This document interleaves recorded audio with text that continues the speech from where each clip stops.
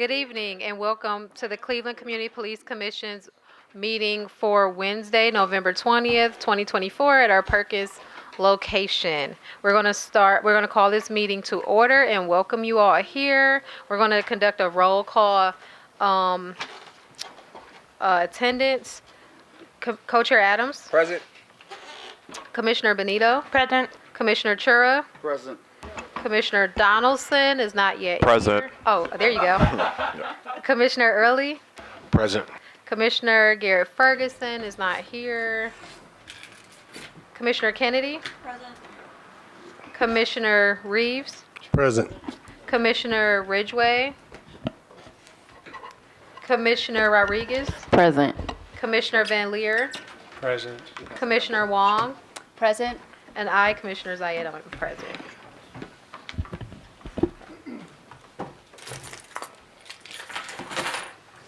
We're going to move forward to the adoption of the agenda.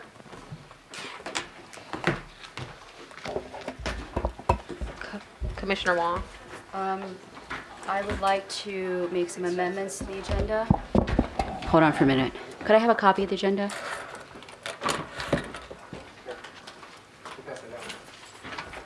And does everyone in the audience have something? Okay. Okay, let's see. I would like to add a motion first for the initiation of a HR disciplinary process according to Civil Service Rule number 9 for Mr. Jason Goodrick. Okay, and then is that all? No.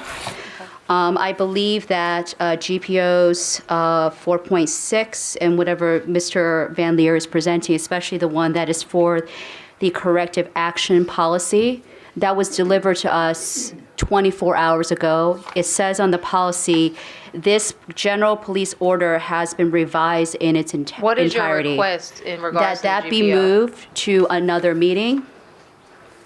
And then I would like to understand why the motion for systemic retaliation is not on this agenda. It was on the agenda in September. We didn't have quorum. The next month, you moved out of order to end the meeting early, 37 minutes, because you had anxiety over something. Well, I'm sorry, what was the name of the first motion you wanted to add to the? No, the first motion. The first motion, we're adding a motion according to Civil Service Rule number 9 to open a disciplinary process on Mr. Jason Goodrick. Since he is now no longer the interim executive director, I conferred with city law, and they said Okay, that. no, we don't need any more about that. We just need to, is there a second to add the Civil Service 9 discipline process to the agenda? Do you need? I may need to explain that. No, we don't need to explain anything. Well, we don't need to Right explain. now, They don't even know what the agenda is. Right now, we are just discussing adding this to the agenda. Should it be added or not? I'll Once second. it's- Thank you. Okay, so now we can have a discussion. So I'm sorry that I was only able to speak with the law department today, but I had interviewed with the person that is responsible for the civil service rules before, and she had alerted me that because Mr. Goodrick, if we need to remove him, that there are two components. He is both, at that point, he was the interim executive director and also a civil servant. Now it appears, just to give people background, it's November 1st. His term has expired for the interim executive director, so he falls back to administrative manager. Contrary to what Dr. Adams stated today in email, we do have the authority to initiate a disciplinary process into whether Mr. Goodrick should be removed. And Ms. Tiffany Fishbaugh, is that her name? She explained it to me and she sent me the rules. So again, I do want to note that the co-chairs are providing misinformation to the commission. So the process would generally be outlined that there would be allegations made, there would be a neutral investigator that would investigate these allegations, they would bring back a report to us, and then in executive session we would confer as to what to do. At this point, and then if we decide that he should be removed, he'll be removed from the civil service rank. The other alternative is that there could be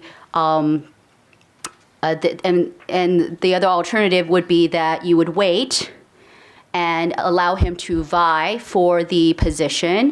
And if he doesn't get the position, there will be a budgetary issue with having an administrative manager and an executive director. So, I mean, would you like to hear like my conversation with Law? Because I did make a record of it. So if you would refrain from rolling your eyes at advice from the city law department, which you have hitherto, thought as gospel. Yeah. So I'm adding. To add it to the agenda. So I'm just saying that if the commission feels that there needs to be an assessment as to whether Mr. Goodrick should be removed from working at the commission, that this is the only process that city law says is available to us now. Otherwise, we may have to wait for like the ED process to finish, and then there would be two people here, and I don't know what would be done. One of the things that could happen is that the budget would squeeze the administrative manager out and move Mr. Goodrick to another portion or transfer him to another portion of the city.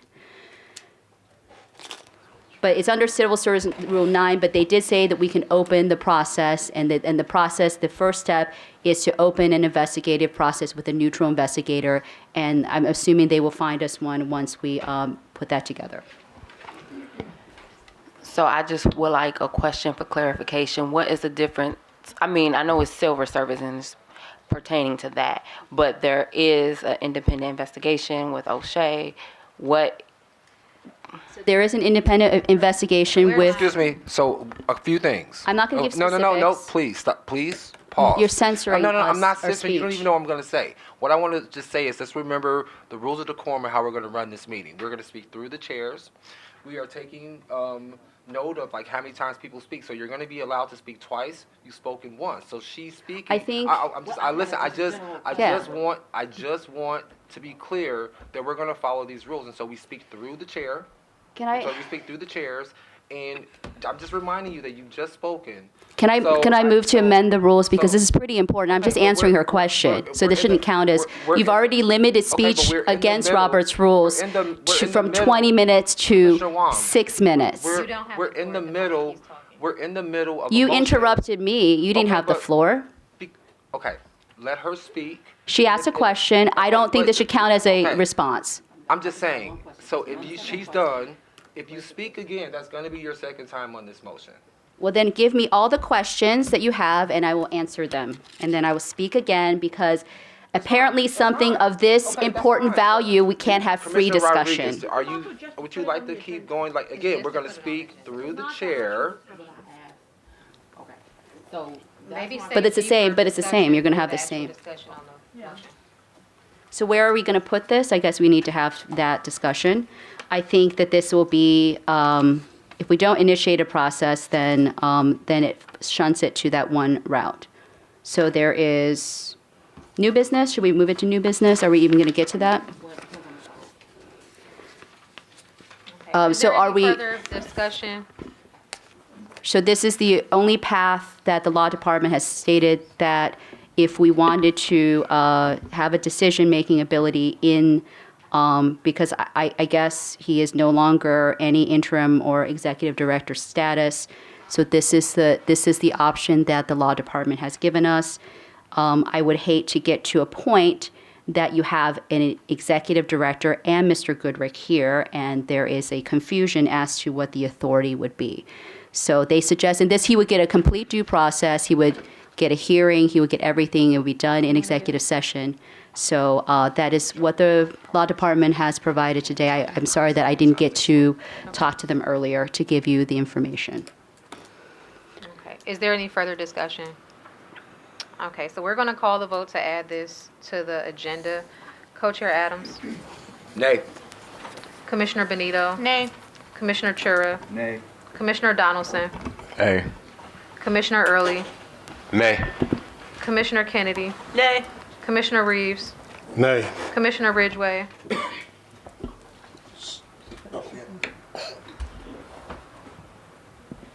I don't like abstaining from anything, but I'm just walking in. I wasn't privy to. Do you want me to explain Would you, it? you, No. you don't have to Okay. explain it, but could you repeat what's on the table for me, Adding please? civil service rule number 9 to the agenda, and that's to conduct a disciplinary investigation against Jason Goodrich. So this is just an agenda item. To add to the add. agenda. Yay. Commissioner Rodriguez? Yes. Commissioner Van Leer? No. I'm sorry? No. No. Commissioner Wong? Aye. And I vote no. It does not get added to the agenda. So is there, And so, through the chair, please.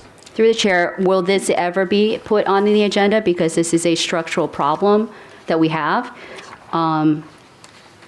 Do you intend to ever deal with the So discipline? that we're motion gonna- has failed, so we So would we're like to going to move on go to the on next item. to the next item. So Commissioner Wong has shared that she would like the GPO that are being discussed tonight to be moved to a different meeting. Just the corrective action, GPO, Yeah, thank Just the you. corrective action.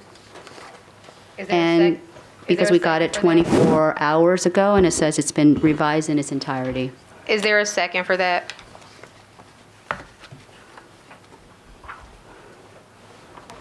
I'll second. Okay, is there any discussion? So if you'll notice, can I be recognized? Thank you, Kayla, for your constant input. Through the chair, I would like to point out that this document that everybody has, even though it has not been approved by the Community Police Commission, it already says that it's been approved by the Community Police Commission. And it also reads that this general police order has been revised in its entirety. I did look at it. I only got it yesterday. It was shepherded through the policy committee on an emergency basis. And that, I don't even think that meeting was properly noticed. This is a 13-page document that governs basically, other than the manual of rules, the primary document for all police discipline. I read through it and I have concerns about it, significant concerns, but I did the best. Please refrain from smiling about the fact that we're talking about, in particular, in Framework 1A, it reads that it cites 4 instances of the collective bargaining agreement with the city. I'm thrilled that you're finding this so amusing. Could you call the co-chair to order, please, Dr. Adams? I don't understand what's so amusing about talking about the collective bargaining agreement and the most important discipline, GPO. Anyways, in Framework 1, it reads, pursuant to the current CBAs with the Cleveland Division of Police, when a member is accused of a Group 1 policy violation identified during an OPS or internal investigation that was not subject of the original citizen complaint or investigation, the member does not have current discipline or non-disciplinary corrective action, and mitigating factors outweigh any aggregating factors, or there are no aggravating factors there should be a consumption. So in the absence of such rebuttal, the member may waive a hearing except the non-disciplinary litter of instruction as acknowledged and warning of the violation. I want to remind the commission that this was an issue that the DOJ alerted the entire city to, that this was a way to escape discipline. I am not sure. I thought that it was worked out such that this 1A was not going to be allowed. I've tried to find out through the federal monitoring team what was the adjudication of that, but it does not seem to have changed from what the DOJ's concerns were, and we're negotiating with them back, I think, last December. And I think I would like to get some clarification on that before we agree to that. I will note that, I do appreciate that there has been some discretion narrowed in the matrix. My concern, though, is my understanding is that this GPO is based on the 2019 recommendations of the commission. To my knowledge, it is not. Commissioner Wong, is there then anyone else I that want to would speak like- twice. Well, No. well, can I offer Well, let me the floor finish my to- sentence. No, I'll just I'm going to say- offer the floor to someone else. Is there anyone else that would like to make a comment on this?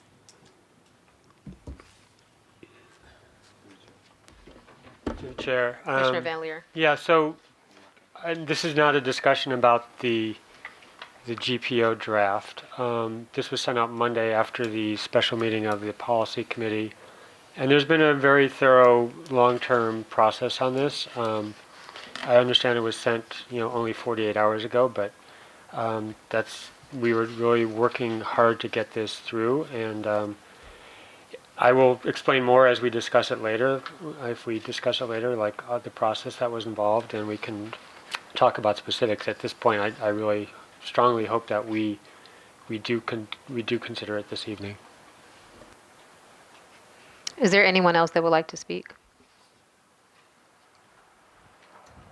So as I was mentioning, my understanding is through the chair.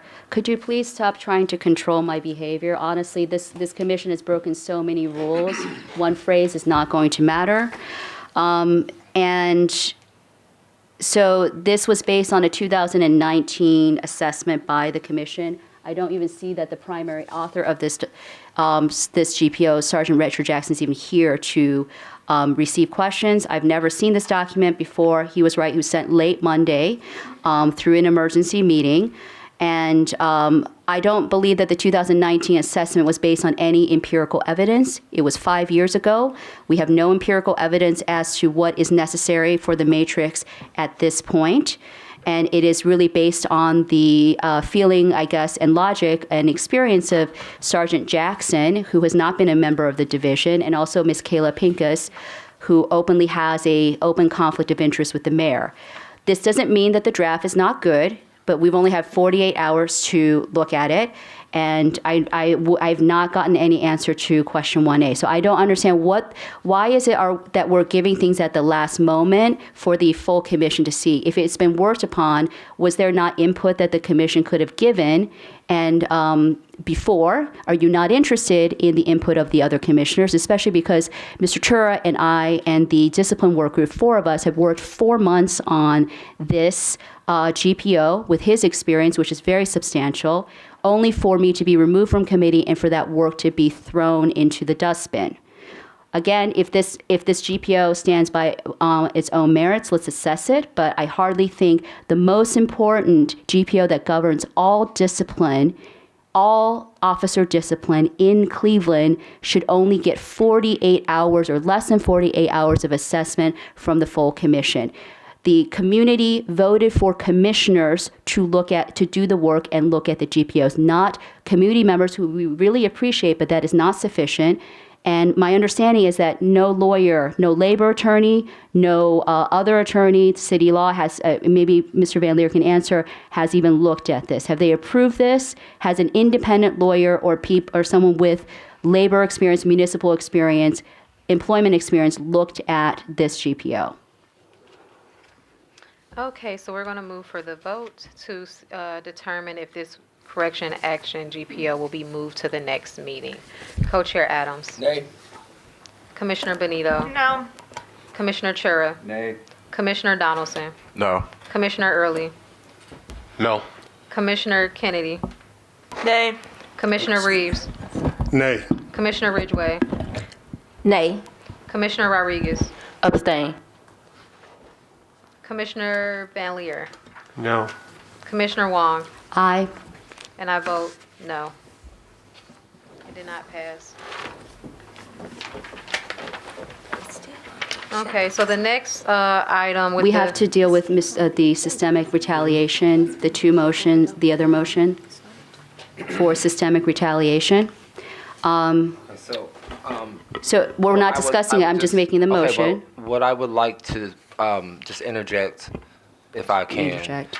I said in the emails, No. I really, we'll have- I think we should be careful to take on this motion to even entertain it, because if you look at the motion itself, that motion, if you get down to where the resolution is, what the motion is resolving to do, it is actually requesting records from an investigation that is currently a criminal investigation that's open.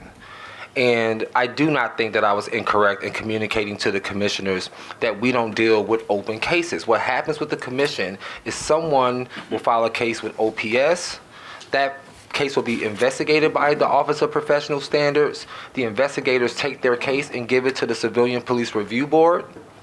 And then they make their decision. Then we decide at a certain point if we are going to intervene, if we choose to, or if someone appeals to us. It's my concern about the first point of that resolution is that we're going to allow a community meeting. I know that we represent the community, but we also can't be reckless with how we allow people to talk about the police in public. I mean, I do think we have to be fair to both sides. And you're going to have a meeting. As far as I know, there's not an open OPS complaint from anyone about retaliation. There's been discussion about retaliation, but no one has actually filed a complaint. So I just think it would be dangerous. And I know that, Commissioner Wong is concerned about, due process and justice and fairness, but it seems like we would actually be jeopardizing the case. We are the Community Police Commission. And, what we do matters. And I would not want us to be, it could be interference. It could be unjust. The motion talks a lot about requesting records for an investigation that is currently being conducted, that is a criminal investigation, and we don't do that. Through the chair, respectfully, Dr. Adams is giving incorrect information. The motion, which has not been printed for the public, which has not been posted for the public, is not for a disciplinary hearing. It is for an assessment, so it has then it's no longer connected to a case of any sort. I made, when this motion wasn't accepted by the co-chairs multiple times and blocked, I made it as an appeal for myself because I personally, any commissioner can make the appeal. I'm making the appeal for systemic retaliation by the police upon myself, Mr. Tober, other citizens for reporting police misconduct. This goes to a separate power of the commission, which is that we are supposed to make systemic, assessments on police accountability. Retaliation for police misconduct is in absolute violation of the consent decree and also of police GPOs.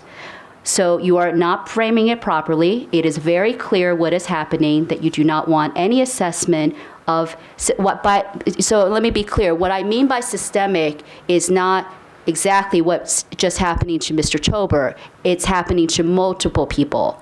That's what systemic means. And Mr. Tober is not in a criminal investigation. He's in a criminal trial where evidence is actually being presented as we speak, to the public in documents. And I don't understand what is the problem of if a person wants to speak and make accusations against the police, you think that's dangerous? You think that you need to be, we need to be managing how the community speaks about their experiences with the police? And if you do not think this is happening, then why not just have the hearing? We're going to have, the evidence I asked for is related to retaliation against Mr. Tober. But other people can bring other evidence. And my hope was that if we gather enough information, if you care to gather the information of many people making these allegations, because it's a systemic analysis. This is not an OPS case. We're linking together if there is a pattern of misconduct by the CDP officers. And what is wrong with that? We've already heard multiple citizens come on public record telling us that there has been misconduct. I've received personal emails from citizens also saying that there's misconduct and there's retaliation, and that Mr. Goodrick has refused to make those records requests. So this is the product of me trying all the other mechanisms to get you guys to actually do your job.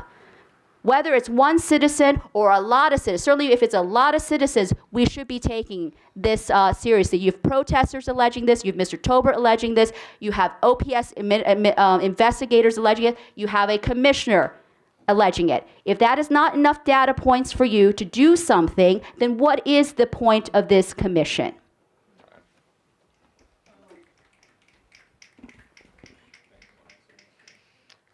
Commissioner Ridgway. Yes, to the co-chairs, I just have a question. So we have had on our agenda at least 3 previous meetings this whole issue of Tolbert's case. Is this particular what is being requested now? How does this differ from the other 3 times it was on our agenda? We just never got to it. So how does this differ from the other times when it was approved on the agenda, but we never got to it? It's not the. To the commissioner, are you talking about the other motion? This can't, no. So In September. all I'm gonna say is, I think those are 2 different motions. No, the systemic retaliation motion, I don't wanna be interrupted. may I speak I just to don't- correct you? I don't wanna be interrupted. We have, So- it was on the Point of agenda in order. September. So all I'm gonna say is, I think that what we are discussing is whether or not to put this motion onto the agenda. So if there are, I think Commissioner Wong has shared her perspective on it, I've shared my perspective on it. And I think that if, I'm not changing what I said, I know what the GPO said because I read it. And I know that the GPO is requesting records, whether it's in trial. whether it's Motion, in- not but the- GPO. But the case is not, if it is in court, it's not done with its adjudication. So we should not be requesting records for a case that is being actively investigated or for a case that is currently in court. And whether or not, we want to focus on different parts of the GPO, of the motion, bullet points 2 and 3 of that GPO, and I think 4 is requesting records from an active investigation, an Okay. active case. That is. Then deal with the first one. Can I speak? May I speak? May I be recognized? So from my recollection, you've spoken twice. I've not So spoken twice. I've been keeping records, so you've spoken twice. So So you- are there any, Commissioner Ridgway? Yes, thank you to the co-chair. Co-chairs again, thank you. I'm just trying to wrap my head around what we're talking about. When you talk about an open court case, what case are you referring to? The case from to the commissioner. This motion that we're discussing is requesting records from the 2024 case.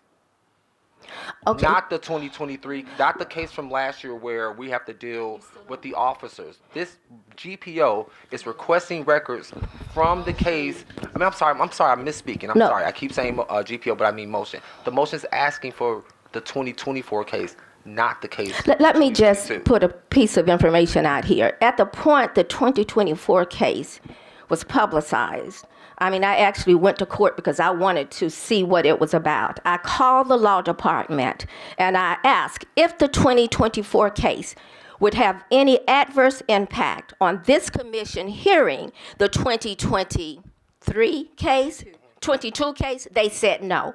They're 2 different things. They do not. I'm not saying that. Oh, well, I guess I don't understand what you're saying. I'm sorry. Okay, just to be clear to the commissioners, those are 2 separate cases. One has nothing to do with the other. The point I'm making is, the case is not closed. But the case is not Commissioner okay, so Adams, you're please not don't. even, The case is we're not arguing the closed. merits of this motion. Just put it So- on the agenda or All right, not. but we're discussing if we're going to do that or not, because that's what we do as a Why? commission. Why don't we discuss the merits of the motion? I will retract Okay. those. I will So- retract those All right, so parts I that think at have the this point, 2024 You've spoken twice case. already. We're going to call for the vote. So this was on the agenda in September and in October. Go ahead, Serena. So we're gonna call the. So you are actively blocking it the 3rd time. Motion to the agenda. Co-chair Adams. Nay. Commissioner Benito. No. Commissioner Chura. Nay. Commissioner Donaldson. Yes.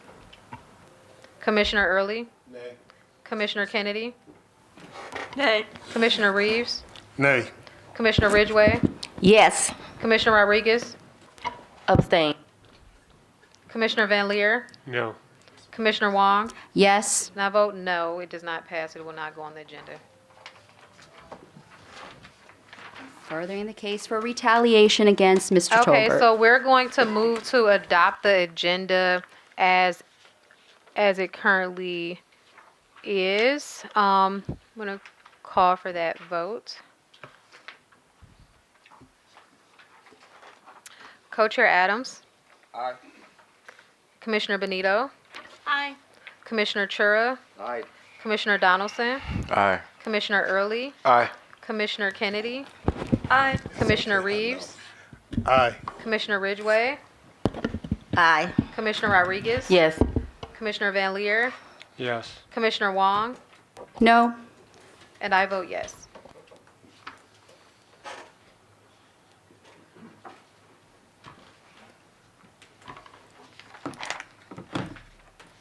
Okay, we're going to move forward, and I'm going to remind commissioners to review our meeting decorum rules, and our members of the public to review our guidelines for general public comment. You all have 3 minutes, and commissioners, please remember to speak through the chair and only speak when you have the floor.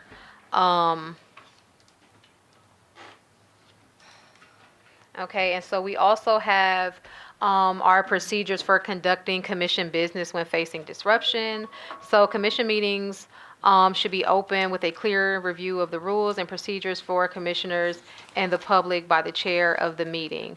This meeting of the City of Cleveland Community Police Commission is a lawful meeting under Section 605.04 of the Codified Ordinance.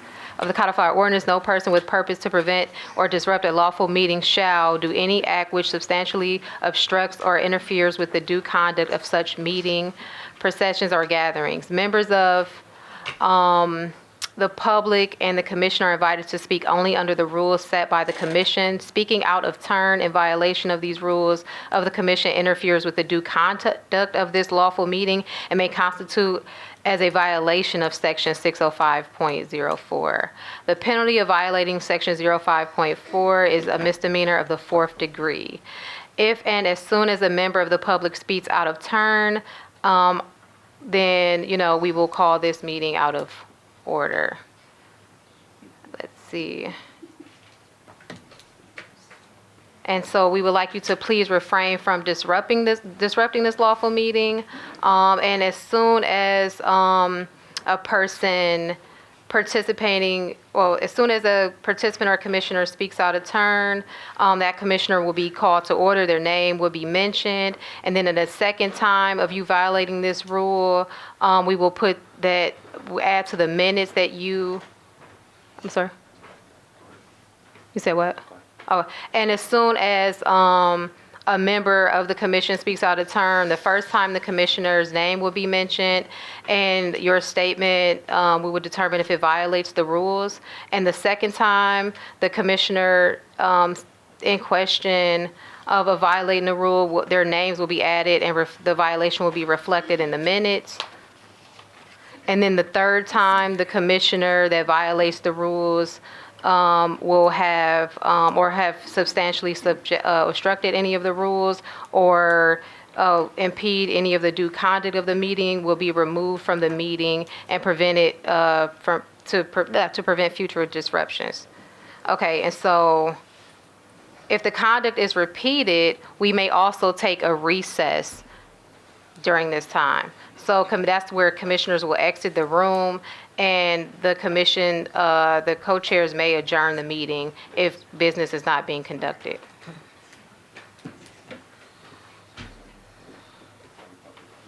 Okay, so now we're going to move on to approval of the meeting minutes. Jocelyn sent out minutes from the previous meeting. I've reviewed those. Hopefully everybody reviewed those meeting minutes. So I'm going to just move to pass those that were sent out recently. Co-Chair Adams. Aye. Commissioner Benito. Abstain. Commissioner Chura. Aye. Commissioner Donaldson. Aye. Commissioner Early. Aye. Commissioner Kennedy. Aye. Commissioner Reeves. Aye. Commissioner Ridgway. Aye. Commissioner Rodriguez. Abstain.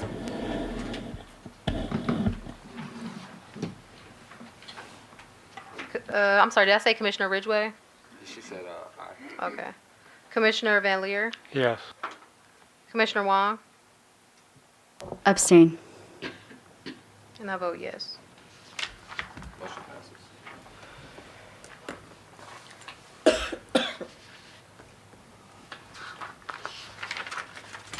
Okay, so we're gonna move on to public comment. So the first one is Lucas, is it Wagger?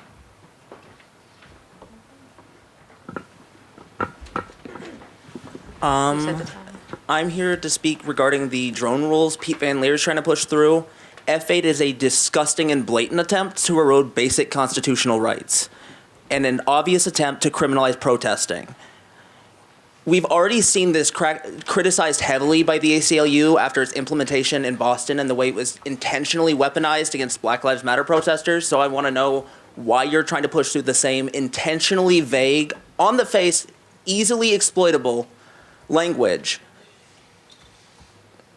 for a massive fascist expansion in the way policing is done here. Why on earth would you turn around and there really is just no excuse for it. We've already seen endless repression against the organizers in the city, whether it be New Era or the Cleveland Palestine advocacy community. We've seen constant abuses. And for a commission that can't even in 2 years handle a single case, you expect to monitor whether or not this is going to be exploited by the police, whether or not they're actually using the drones properly. Honestly, if you pass this through, any abuses are on you, Pete.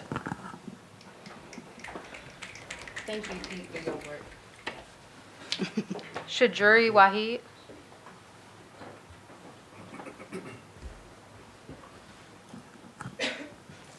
My name is Shajudi Wahed. I am a student in the Cleveland area who is incredibly concerned by the growing levels of surveillance by our law enforcement and this newly proposed drone law, which will only work to further surveil and increase law enforcement's presence in our communities, something that has empirically only harmed us more. While I'm always concerned about any increase in surveillance, this policy in particular is especially horrific because of its subtle inclusion of the usage of drones under Section F8 for monitoring large gatherings or crowds, which is a clear violation of First Amendment rights and an increase in state control of the people.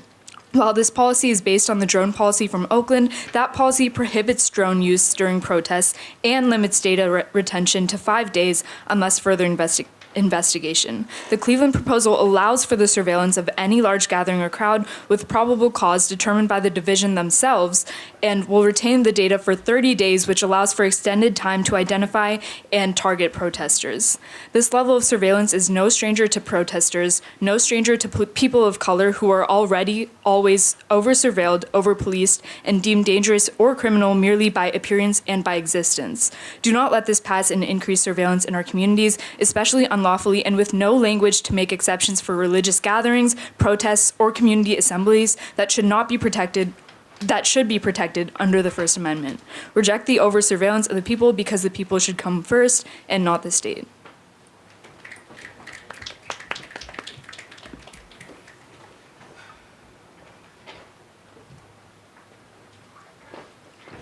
Last name Manzi?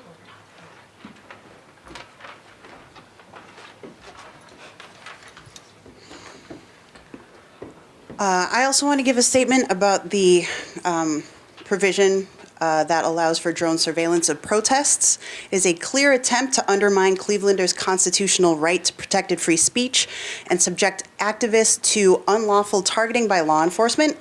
When similar programs have been implemented in other cities, it has led to broad police overreach beyond the specifically stated objectives of public safety operations. In New York City, the police drone program has already resulted in police specifically targeting protesters for individually heightened surveillance. This has also been documented in Seattle, in Chicago. An investigation into crowd surveillance by drone in Minneapolis turned up evidence of police identifying protesters and journalists not under suspicion of any crimes and then compiling exhaustive files, including photos, cell phone records, location information, and work records. This information was shared among outside intelligence agencies and so-called fusion centers, which routinely provide irrelevant, useless, inappropriate intelligence that threatens civil rights and disproportionately targets minority groups under the cover of Homeland Security. We see this pattern repeated over and over. When law enforcement is given broad authority to use surveillance technology, they will do so beyond the parameters of public safety, often with prejudice and personal malice, with no effort to disclose the extent of extra legal measures taken. It is in the interest of the public's it is in the best interest of the public that limits are put on the amount of power that the police have to infringe on our rights.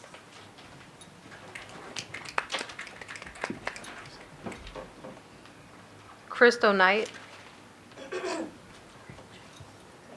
I was coming up here to speak about the new, and I say that very loosely, use of drones in our city. It deeply concerns me for a wide range of reasons, especially as we've seen other cities use drones as a way to monitor protests and silence Black and Palestinian people. But what's more concerning to me is the fact that it's in the hands of some of the most vile and corrupt people.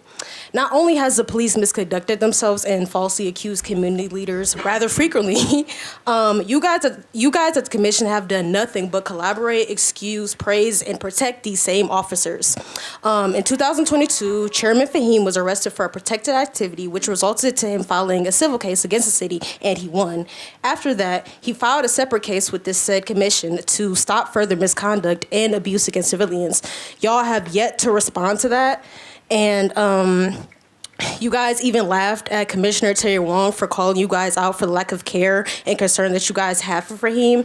And then just to even put the cherry on top, more recently, Pete Van Leer not only lied about getting approval for the drones, but carried out a misogynistic and threatening attack on the only commissioner who actually cares about the community.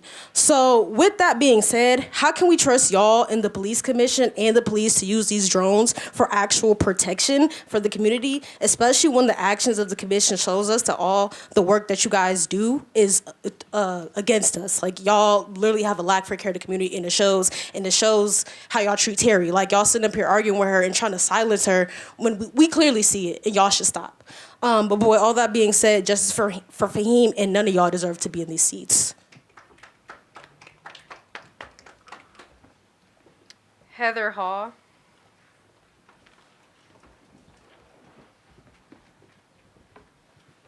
Good evening, commissioners. My name is Heather, lifelong Clevelander. I'm an engineer. I wasn't actually planning on speaking tonight, but I kind of heard some rumblings and talkings, and I felt the need to speak up. So before I get to that, though, there's a couple of things that I want to talk about just witnessing the first 30 minutes of this meeting. This rule that you guys have to only allow someone to speak twice on, some given topic or motion, that's a really weird, exploitable rule, and I think that should probably not be the rule. It's just very weird to me. The other thing I think is also really weird is this systemic retaliation topic. Every time you guys get to it, the meeting suddenly ends in a crisis, and it keeps happening over and over. It was already on the agenda, and then you've taken it off the agenda and just refused to address it, even though you voted to put it on the agenda already, and it's just very strange. So what you have is you have people going through the proper channels to get these things addressed. And then for some reason it just falls through. And what do you think happens when people continue to get burned over and over and over? Do you expect peace in the face of an obvious lack of justice? Just something to kind of think about. It's just very weird to me. The thing I was actually going to talk about, I just saw this new drone draft rule thing. So Clevelanders, we don't want to be surveilled under some vague guise of, if there's a group of people or a crowd, we can have a drone over here and watch them, and who knows what the optics are. They can probably see whatever they want to. And it doesn't matter that if it's over here and not over the crowd, you can still surveil people. And that brings up concerns for people's personal data, their security, biometrics. Who knows who manufactured it? Where's the data going? Who could possibly access that data? Are you mitigating that risk? It just seems like there are quite a few problems with this, and I'm not sure that the benefits are outweighing the risks. because when you have crowds, you already have police on site typically. A lot of them, a lot of cars, and they follow them around and that kind of thing. So a drone doesn't seem like it would actually keep anyone safer or help them. Also, the other thing about this draft rule, items 1 through 7 already address crisis situations, so I don't see why item 8 to surveil crowds would be necessary at all. And I think that's all I wanted to say. Thank you. Cameron Damasco.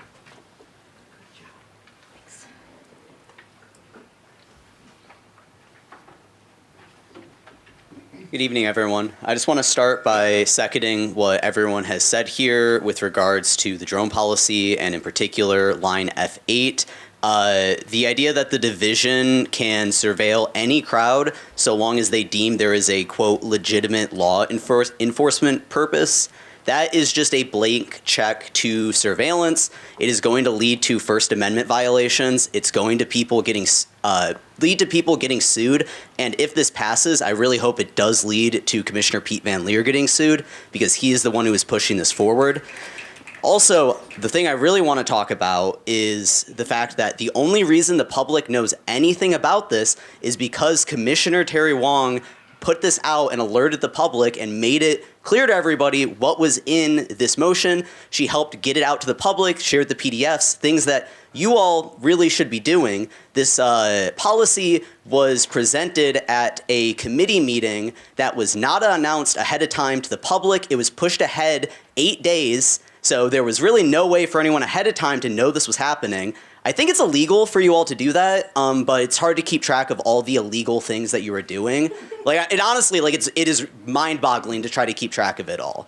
So, yeah, I really want to emphasize that. And also, I want to speak to how I have seen Commissioner Terry Wong retaliated, abused, and harassed for the past year. And the response from you all to just laugh about it, to go along with it, it is absolutely sickening.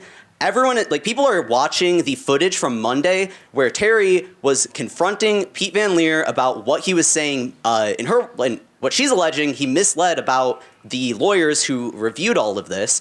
And Pete Van Leer turned around, approaches her, knocks her phone out of her hands and onto the ground. It's shocking. I can only imagine how Commissioner Wong felt experiencing that. And she has experienced numerous cases of retaliation.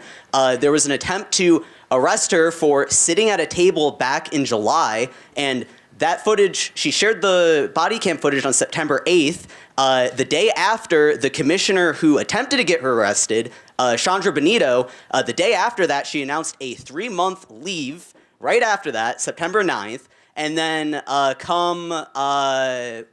November 12th, the first time I saw Benito again at a meeting, it was to approve this drone policy. It was to approve it at a meeting that was not announced ahead of time.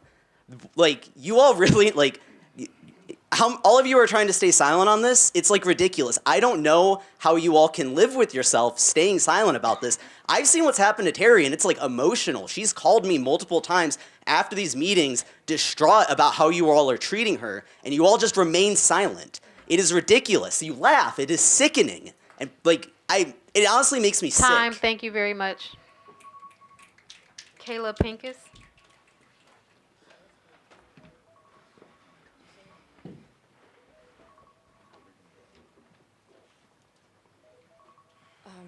Hi, everybody.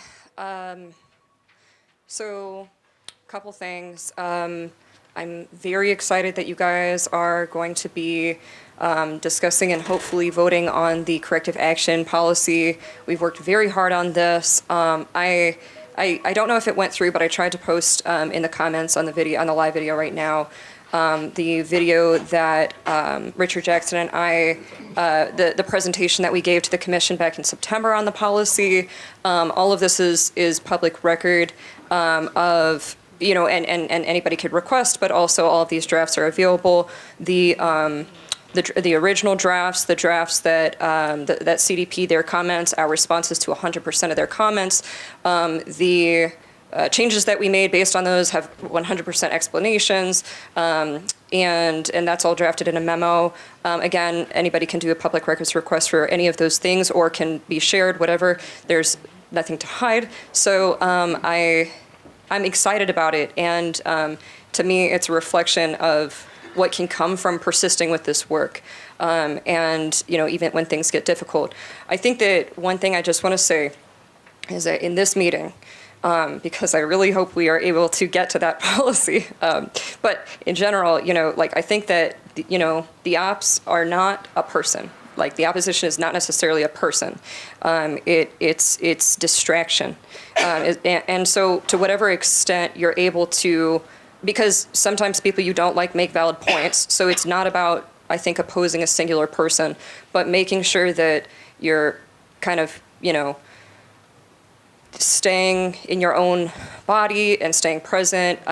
This could be very stressful, even sitting in the audience. So please, I think that there are specific people. I'll just say, I think that actually Commissioner Van Leer has been targeted, and I think that it's really important to hold our public officials accountable. So don't get me wrong, I think that if you think somebody's doing something wrong, you should speak on that. But I think that what's been happening with this is bullying, and so it's important, I think, as we're considering our moral compass and who we are, that we're just making sure we're double checking the facts that we're getting and things of that nature. He and I don't always get along, but to me, it is what it is. When you look at what's happening, it feels like a very targeted attempt to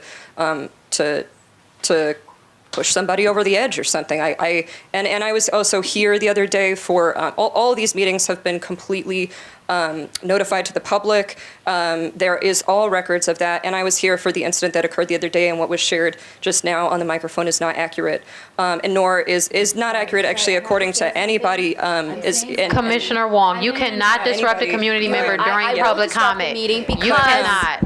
Because Do I the get my video time? shows that Just Pete wanna Van make sure Leer my time- approached me, Order. then you Point can of cut order. me off because Point I'm of not going order. to let this woman who's having a personal relationship with the mayor Commissioner Wong, no, lie no, about no, this. no, no, no, no, Then we will shut down the Commissioner meeting. Wong, no, we don't need to shut down the meeting. We don't need to do that. What we need to do, Because listen, I'm not going to have Commissioner somebody Wong, you don't lie have to about raise your him voice and like her that. battering what me. needs to happen is I'm not going to do that. respected- No. We respected all the other opinions. No, you like no, those it's not an opinions, opinion. So let She's them- stating something that is Listen, not factual. Things that were not factual I were was said before. So physically no, we're going to harmed let by her these finish. people. What we are you going doing? to let her These two finish. need to be You don't removed need from to the yell. entire You don't need commission. to yell. You don't need Well, to yell. I have to yell because Let her apparently finish. you will not let me speak. You can let her finish her comment. No, she actually said Let that her you know finish her would comment. everybody like Please to let look her- at the I'm footage? asking Would you everybody to like let to her- look at the footage I'm of what asking he you to did? please let her He finish her committed public comment. battery. I am not going to tolerate. I'm not Can she going to please tolerate finish all her- these lies anymore.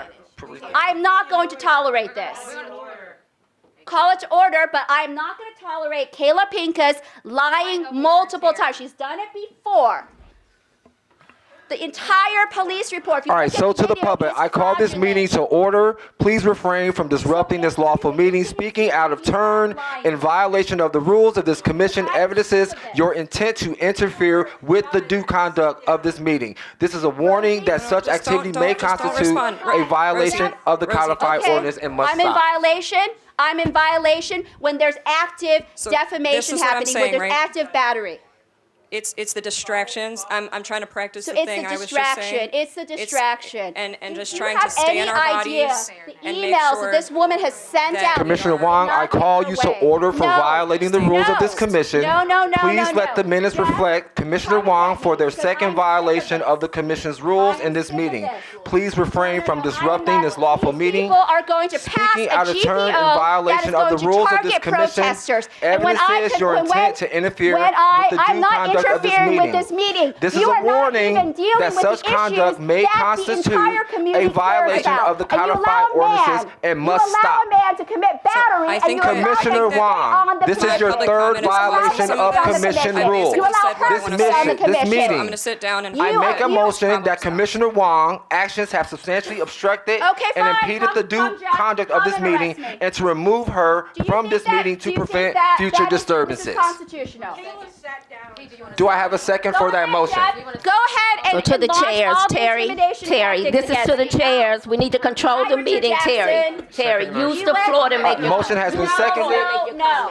No. You're not going to treat the community this way. You're not going Commissioner Adams just read a motion to remove Commissioner Wong Then come from the remove meeting. me. The Come motion was, I remove make a me. motion that Commissioner Wong's actions have substantially obstructed or impeded the due conduct of this meeting, and we are making a motion to remove her to prevent further disturbance. Try to remove We're me gonna, then. Pete, Remove me then. Remove.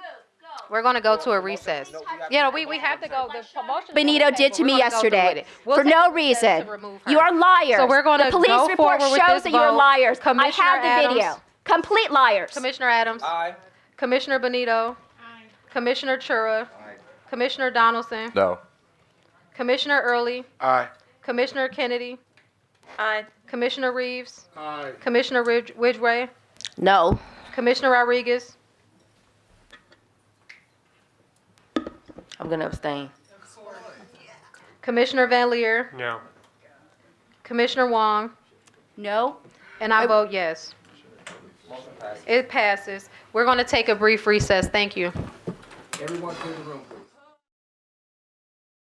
Commissioner Wong, you're out of order. We already know. So we are going You know that little fake EEO complaint you Okay, made? so No what we're going to basis, do not is we are going to investigated allow. Because you two are liars. So what we're gonna do is because we didn't Is get a this chance on? to finish our public Hi. comment, Okay. we're gonna allow Is it on? our last person who Okay. was on our list to comment, and then we'll move on. There's two more people who need to comment, and then we're gonna let them make their comments, and then we'll move on with the meeting. Thank you.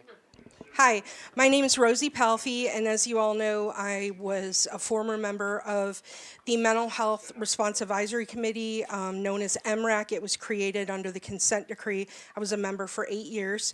As you can see, my shirt says, "Remember Tanisha Anderson." Last week was the 10-year anniversary of Tanisha Anderson's death. What I wanted to bring up is the fact that the MRAC had a meeting last week, and they announced that next year's annual in-service crisis intervention training is going to be about officer wellness. With all due respect to police officers, they know I support them, officer wellness appears nowhere in the consent decree. The city of Cleveland did a 2-hour officer wellness block. I believe it was in either 2018 or 2019 under crisis intervention.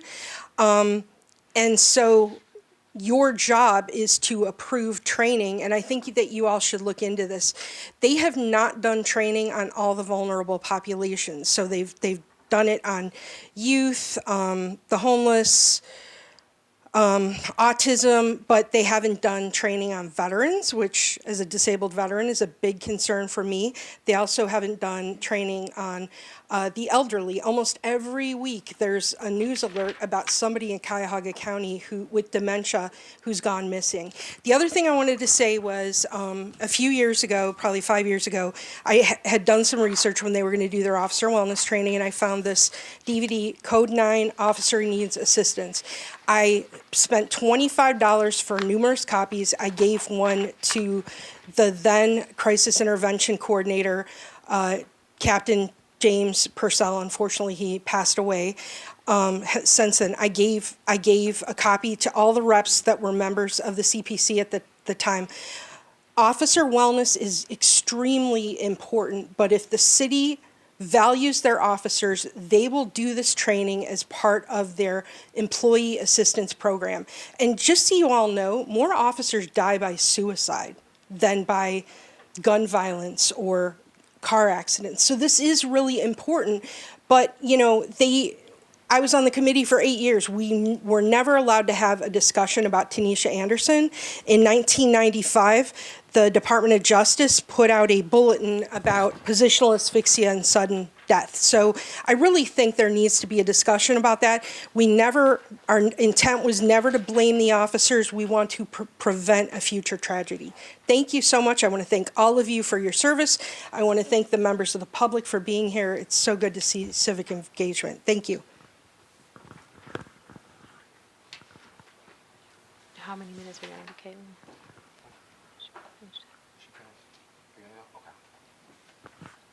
I'm going to just take just a second to say that I am not comfortable otherwise really finishing this comment. I feel like it's important to, with absolutely no fault of these officers here, who I just spoke with,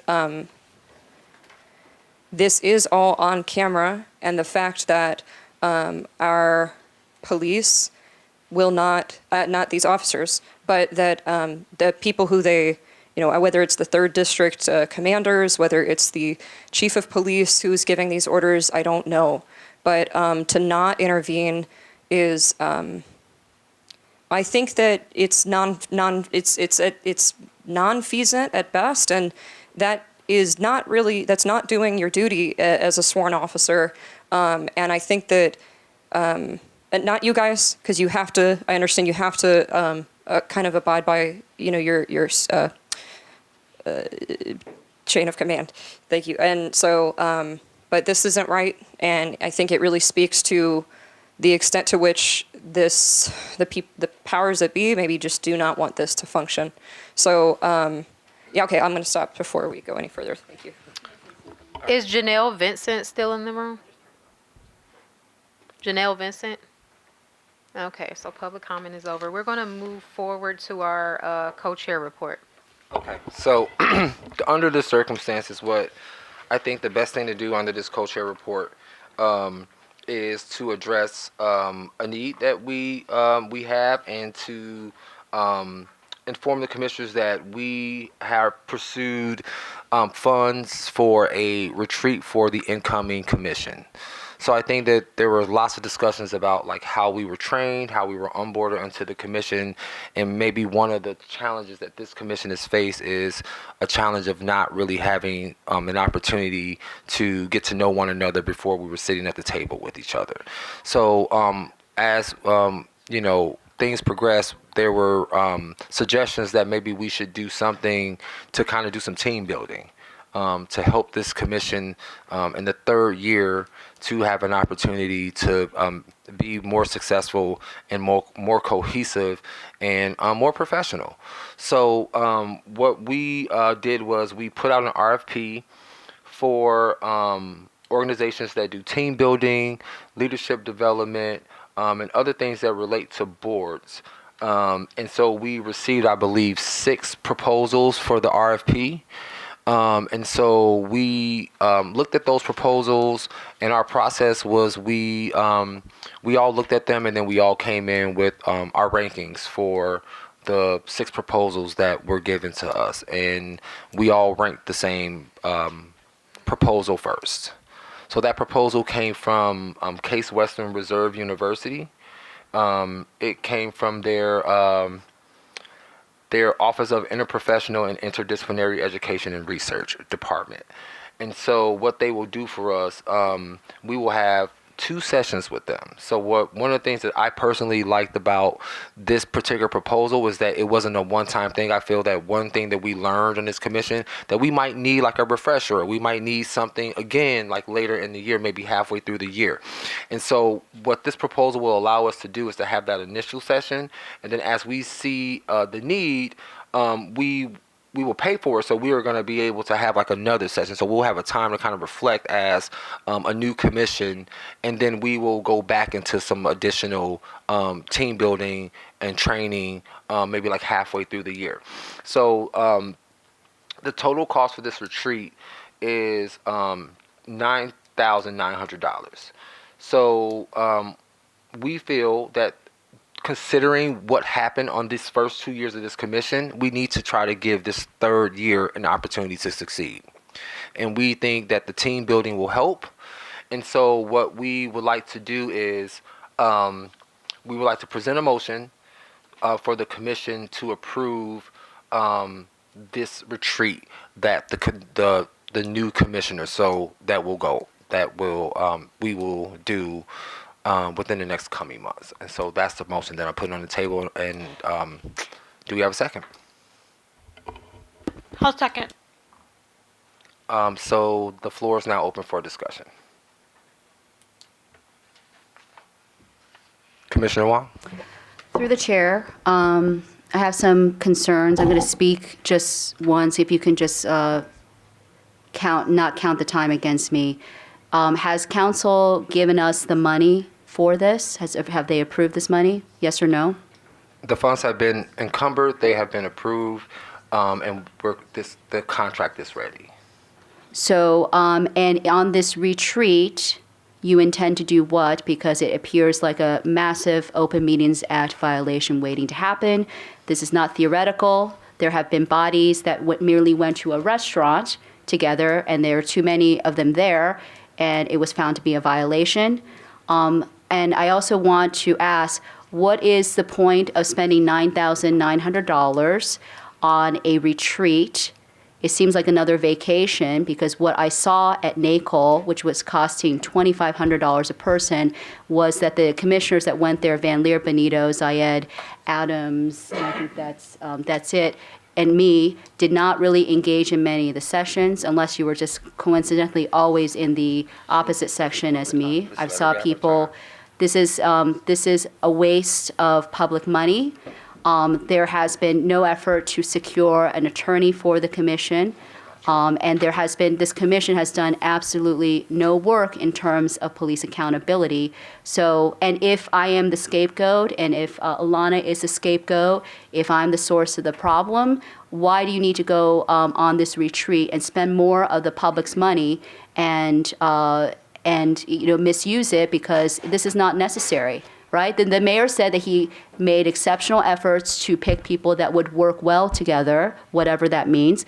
Not really saying what they were going to work on, because I think working on is just as important as working well together. And now you're expecting the taxpayer to spend $9,900 on a vacation, on working well together. You guys seem to work pretty well together, because you orchestrated my removal, from a committee. And again, if you've removed all the commissioners that are the problems, which actually is removing all the commissioners that just oppose you, and oppose Jason, you're going to have just uniform agreement. I'm expecting 13-0 votes all around. So I don't again understand why the taxpayer should pay you $9,900 to go on a retreat. So you're admitting that you also have problems working with each other? Is that why you're going on the street? So it had nothing to do with, it's not necessarily all me and being placed on me and Alana and whoever else you want to scapegoat? So this should never be voted for. This commission is in absolute corruption. I'm going to contact the IRS soon about what I found out about the United Black Fund and what Mr. Van Leer did there. It was actually he laughs because he's used to kind of this type of corruption, but I'm not, and it seemed very egregious with me. And this commission in every single way has never fulfilled any of its mandates at all, ever. So why are you asking for, and who read the RFP? Was it just you and Zayed? Who ranked the RFPs? Time. Thank you for your comment. Are there any other comments from other commissioners? Commissioner Rodriguez. Thank you. So I think the retreat is a good idea. I do have some concerns. I do believe that there has been a variety of tactics, whether it was December 13th, June 14th, and a number of meetings, and it has been a ripple. I think that the retreat and the consultant will be useful if those tactics stop. Thank you, Commissioner Rodriguez. Commissioner Donaldson? Yes, I just want to clarify, this retreat is this is happening next year, right? So it's going to be for the new commissioners? It'll happen probably within the first couple months. Okay, great. I mean, we're hoping as soon as possible, so we're at the point where the contract is ready to be signed, and then once that contract is signed, we'll coordinate with the department at case to figure out with the commissioners to figure out what works for the commissioners. Got it. So I do think it's important for the new commission to have the opportunity to get together because that's an opportunity we did not have. And so I would support this. And as far as the financial concern, I understand that, the money, but when you think about the amount of money that was spent when the group went to the first NACOL conference and then you add that up to the last, it's still going to be less. 9,000 is less than that. So I would support it because I think it's important for the commission to hopefully start off on the right foot. I mean, to the commission, we're at the end of the fiscal year. So one of the criticisms that we often get from council is how we don't spend our money. And so we are at the end of the fiscal year. The larger projects that we wanted to fund, which was the community survey, the community assessment, the ED search, which we put aside. We have spent $29,000 on that. And we wanted to do the bias-free policing work. All of those other items cost well more than what we had left in our budget. So we used those last $40,000+ we had, we used them to ensure that we did the executive director search. And with the funds that were left over, there was about $10,000 left. So that was not enough money to fund anything else that we wanted to do. And so we put those funds aside for this retreat. And so what we're looking at now is, unlike in previous years, we have used our complete operations budget, which I think is an accomplishment for the commission, because we can't keep sending money back to the city just to put back into the general fund. And so, go ahead. Yeah, and when we say retreat, this is not a vacation. This is going to happen in Cleveland. This is going to happen like on a Saturday in Cleveland, where we're probably going to go to this Department on Cases campus, and we're going to be there for like a full day. So we're not, right, so we're not, we get, I mean, the budget for the food is $500. It's not like we're spending money on fluff. The options that we thought it was best to spend the money on something that could be useful for the new commission rather than send it back to the general fund. That money, we did not have enough to do anything else with. So we used it for the retreat.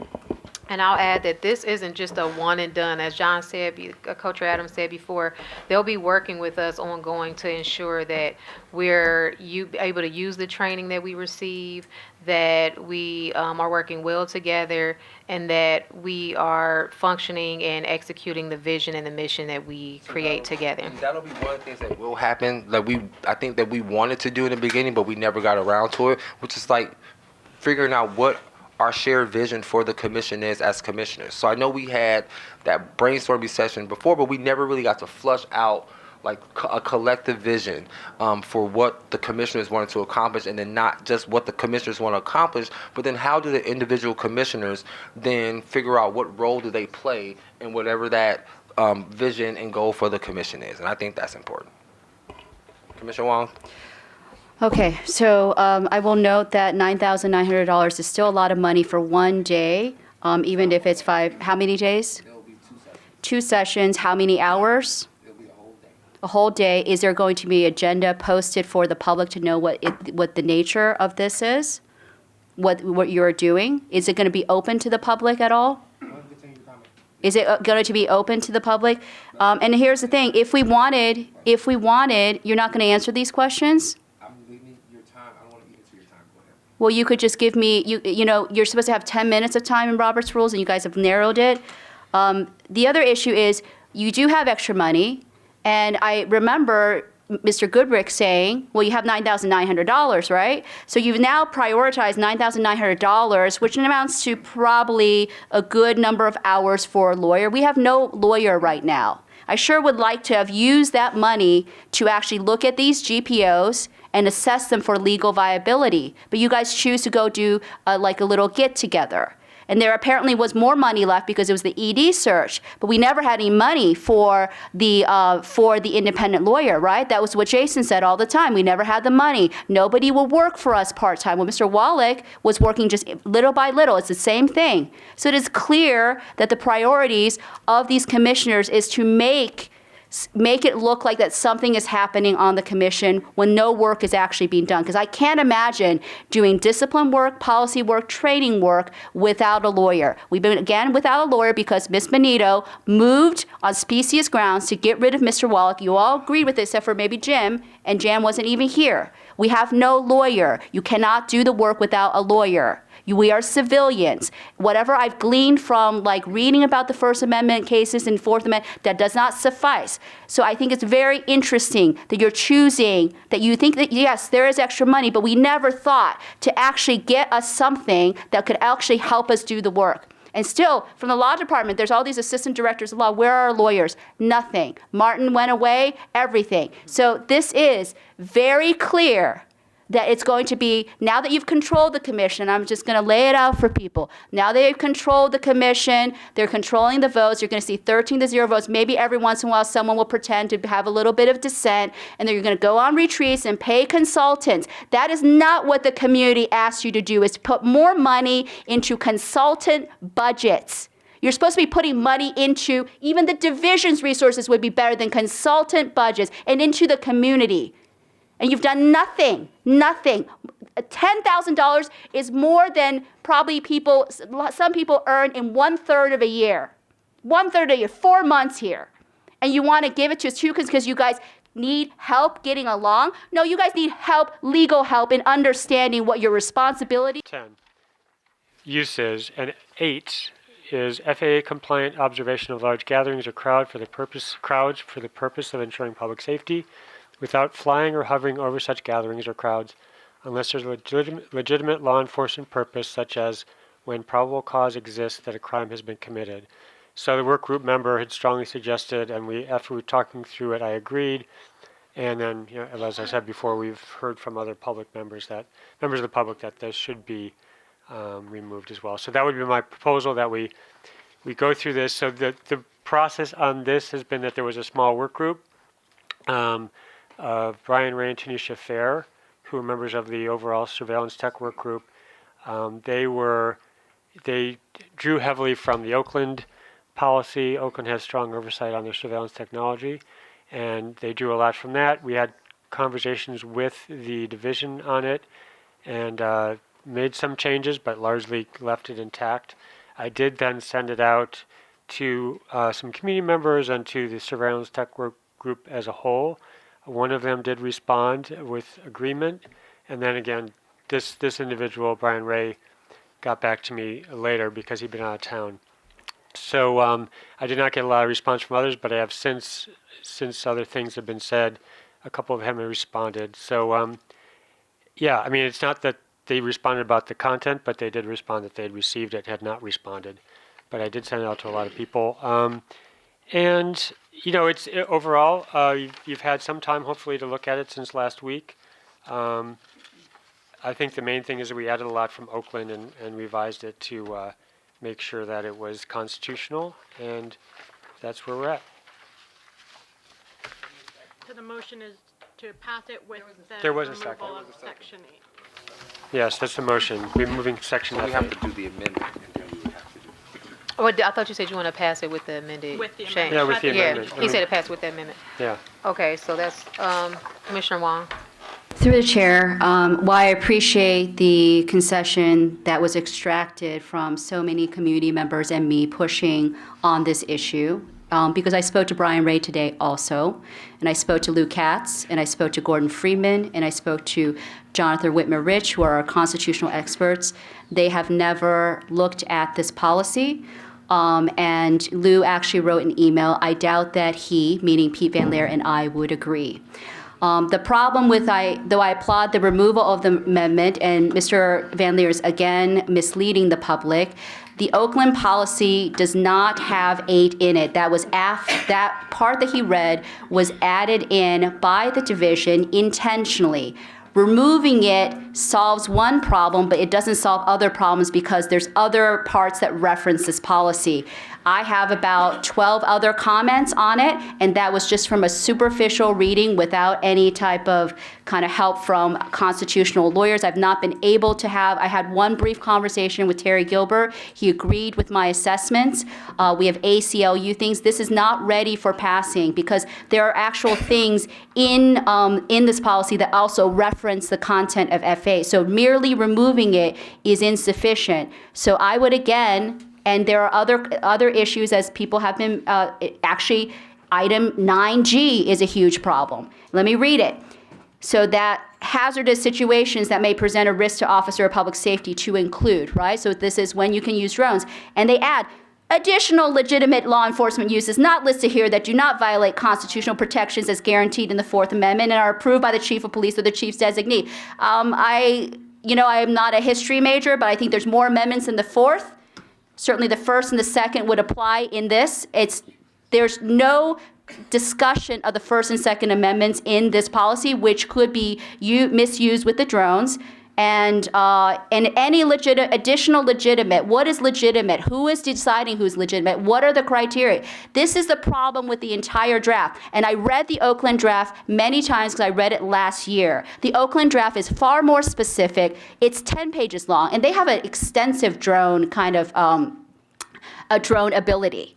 And this one's longer because it's filled with nonsense language, filler language that's going to distract from the concrete situations that you're going to need to be able to enforce it. One comment I made is that this is going to be very, very, this is just like, it's written like, oh, as long as we mention the Fourth Amendment, as long as we mention due process, as long as we mention all these legal terms, then we're covered. No, this is not a use-friendly policy for officers. They need to know on the ground, when can they launch the drone? What is the chain of command? What are the things they need to do in order to protect all the constitutional, what are the criteria? None of that is listed here. This policy needs to go back, hopefully not to the policy committee that already made this mistake and just rubber stamped it, with no critical analysis. So I'm telling you, I make an additional amendment that 9G be removed too. And there are other things that are in contradiction because Mr. Van Leer did not have a reasonable conversation with me, and I asked specific questions over email about this. He did not respond to my questions, and it was only because of the pressure I applied through our professor lawyers and through the community that he is willing to concede on this point. So I want 9G. So that's Please time. don't interrupt me. That's time. I want All right, 9G also removed, but that so doesn't that's solve time. everything. I'm making Thank an you for your- amendment to that. Your point is well taken that we also need to consider removing 9G. I appreciate your. Okay, please don't interrupt. Don't interrupt our meeting. Wait, please, let him do not speak. interrupt our meeting. Let him speak. Okay, that's. Let him speak. Officers, he's disrupting the meeting. Of the F8. Like seriously, you can't speak. This is the commission Should use. meeting. You have to. Okay. You also have to. No, I don't care. You can shut down the meeting. If you remove F8, you have to actually say what you protect. All right. It is So, very would you like to clear. You comment? cannot. It's not going to be All right, resolved by Commissioner removing Rodriguez. F8 or G8 or anything. It is. You don't even understand the policy because you haven't read it. Most of these people have. Look at them looking through it. They don't even know what we're talking about. I read it, so I would like to make a comment that, a have statement was to stated protect- that on the ground, the police will be making decisions when my understanding of the policy will be that their leadership will make the calls and that they're not going to make the calls. They have to execute it up the chain of command. I said the chain of command. but Up they the are chain of observers this. command. What are the Up the chain criteria? of command. All right, we're gonna So I let think that's Commissioner something Rodriguez to finish her note. comment. I think that's something very important to know because ideally on that leadership, they will have experts that know about the First, Fourth, as well as another comment I would like to make for the public is that they're going to keep their reporting on these instances and they're going to give them to the commission. So ideally, I would say that this is a learning process. I would say that nothing is perfect and no draft is perfect. No. So Nothing there is some perfect, things that we but can. we're going to Commissioner surveil. Rodriguez No, spoken Of twice. course, we will There are see how it multiple goes, amendments. This and draft then- this draft should not go through. There's multiple then amendments that we have to be see made, including the what needs to data be improved. retention. But I think You it's have to important stop this note draft those right two now. issues. Or do you want to be embarrassed by the DOJ when you send it to them again, just like the DOJ hearing process that any other comments from any completely other show the commissioners? incompetence of this commission? Are there any other comments? I will just 30 say day, for the no, public- we Okay, are so not are there passing any other this. comments? Listen to the Are there public. any They've other made comments multiple, for the they've read public? this policy more than you. You're not How- going to call the vote on this. You will not call Okay. the vote on this. We're You're gonna call having for the vote. retention. You're having a retention We're calling for schedule the vote. that is going to allow 30 days of retention so the division can target So we're protesters gonna after a move the protest. vote This to is pass the unconstitutional. GPO You've not provided the First 4.06.17 Amendment unmanned protections. aircraft Taking out F8 doesn't. systems with the amendment to eliminate section F8. This is completely Co-chair unconstitutional. You are criminally negligent in doing this. You are negligent. And all of you that vote for this Commissioner Benito. will be responsible for this. I will make sure of it. Commissioner Benito.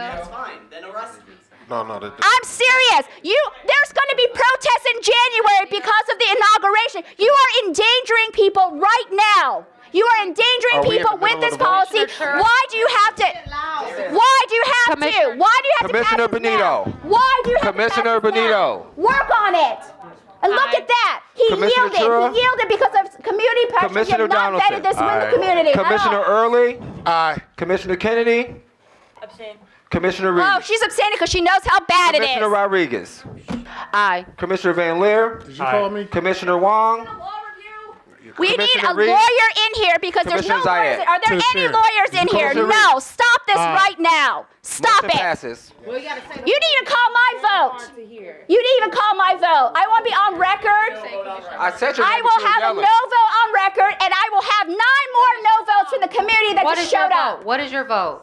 No, and the community There's your votes no, vote. so I think they have a pretty substantial vote on this too. You have 9 people opposing this policy, and you're passing it with 2 little deletions that would not have even been made if I didn't make any. For the No, record, what was the it vote? is 9 completely. yes, 1 no, 1 abstain. Great. Wait. So what are we removing even? So What for is the actual? Just what so is we the can actual keep an vote? accurate record, there's a no from Commissioner Wong, there's an abstention from Commissioner Kennedy, and all other commissioners are yes. Motion passes 9-1-1. Great. So what is what?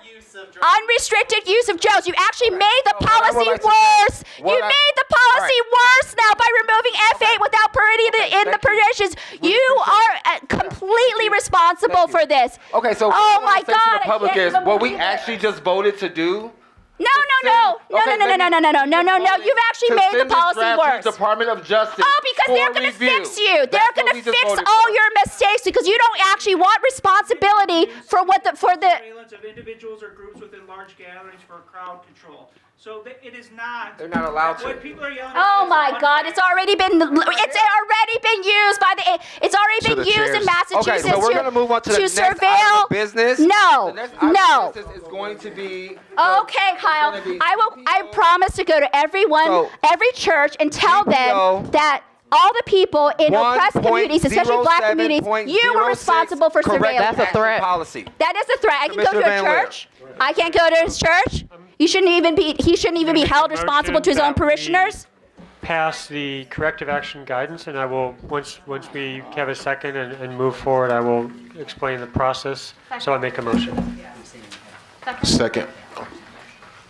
Discussion? Okay, so this has been the result of really years of work, and with public input at various steps of the way. So the more recent process has been that we started looking at the previous CPC's work on this and started thinking about that as a base. We'd done some revisions of a draft provided by the division itself, and then we were starting to look at the 2020 version, or 2019, I guess. And we had a work group volunteered, Richard Jackson and Kayla Pincus, and they did a lot of work. They took the original, the previous draft, the model policy. No.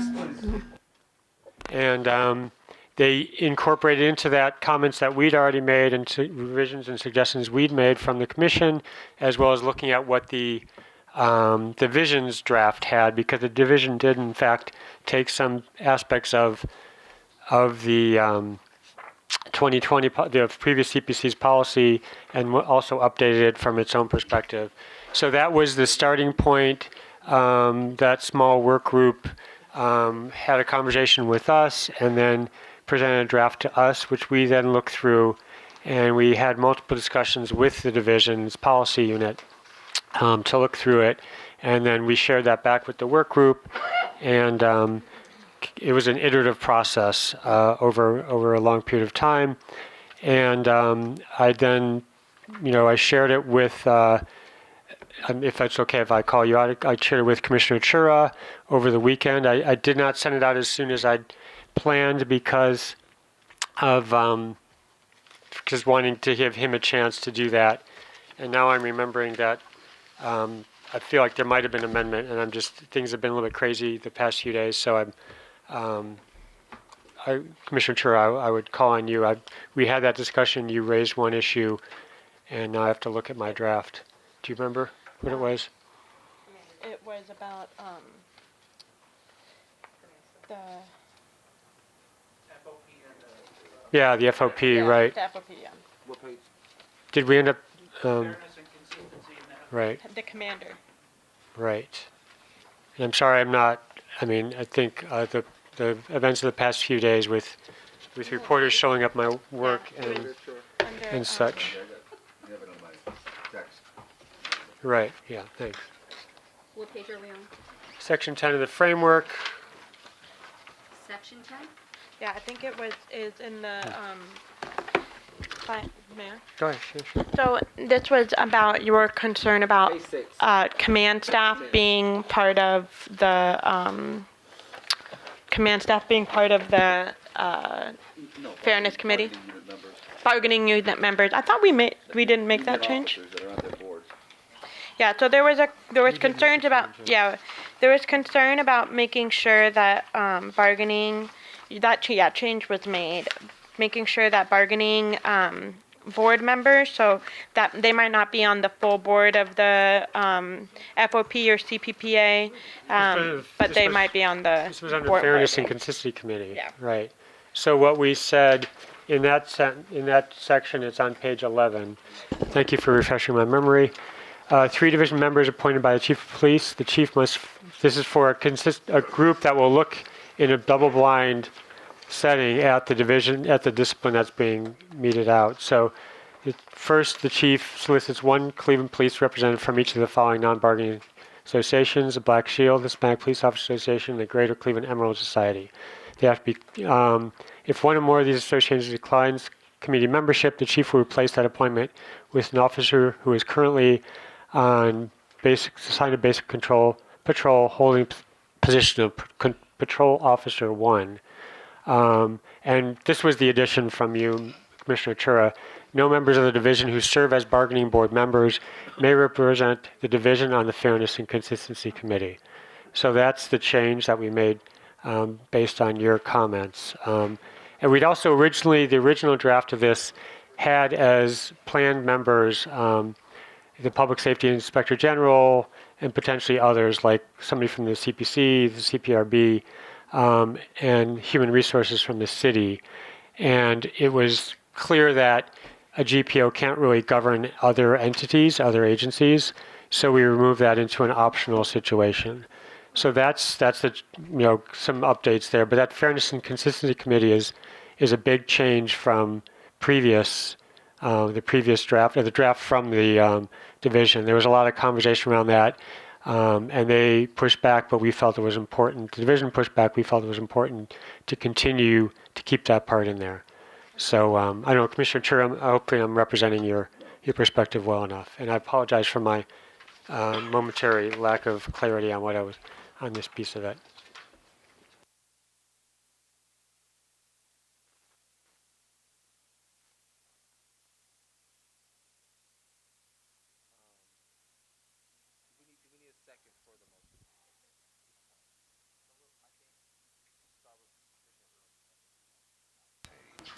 Yeah, I just want to say that this corrective action GPO, big kudos to the previous commission for the work that they did on this, and all of those who worked from the community to even the police department to collaborate and partner to get this done. I think it's a great example of unity when they can all come together, build on what has been built before, and do the legwork.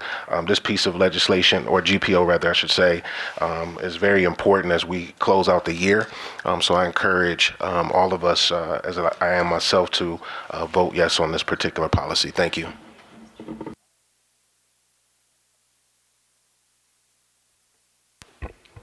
Would anyone else like to participate in discussion? Commissioner Wong? Would I be able to direct some of my questions to Sergeant Jackson? Would that be okay? No. He worked on this policy. Well, would you like to come to the table and answer some questions, Sergeant Jackson? No. Yes, he can. I mean, you've never had a public, I don't know what presentation you did. My concerns are that a very limited number of people, and as I said, this could be a very good policy, but a limited number of people have vetted this. No lawyers, to my knowledge, have vetted this. I still have not gotten an answer for on page, framework 1A. That was a item that was of extraordinary contention with the DOJ. The DOJ thought that that was a way that the division was able to escape discipline, and it would have rippling effects to the other kind of fairness parts of the discipline. I remember that Commissioner Van Leer was so concerned about it that he wanted to write a letter with me as the accountability chair about it. I was not able to ascertain what was adjudicated about that. I know the DOJ was managing that. There would have been articles written about that. And if the chief author of this agreement, the chief author, my concern here is you have two very well-respected, but two also people that are former police officers looking at this. Where is the community input on this? As I said before, this was based on the 2019 recommendations. Lots of the stuff that we took up some of their recommendations when we as a discipline work group, which was 4 or 5 people of all different places in the ecosystem looked at it. It had a lot more balance. We had a firefighter, we had community members, but this is also 2019, so this is 5 years old. Was there any attempt to make these more, this may not capture what is happening in the actual discipline system, and that matters for the matrix. I see a lot of the things the discretion has been eliminated. But again, since not receiving this before 48 hours, it's hard to know if the other parts of this discipline. And I have to say, this is the main GPO for discipline. And again, as we saw with the GPO that was worked on in private for the drone, there were multiple concerns from the community. The community didn't even know about this until they knew about the drones because Mr. Van Leer sent out that last week, but they only knew about this yesterday. It is very concerning to me that the thing that governs all police discipline, except for the manual, outside the manual rules, will be edited only by basically 4 or 5 people without community input. No matter their expertise, I don't think this is an empirical way to do this. Again, I'm just asking I'm not delaying the thing. I'm asking just for more time to look at these things so I can ask questions. Thank you, Commissioner Wong. Thank you very much. Commissioner Benito? I would like to yield my time to Sergeant Jackson.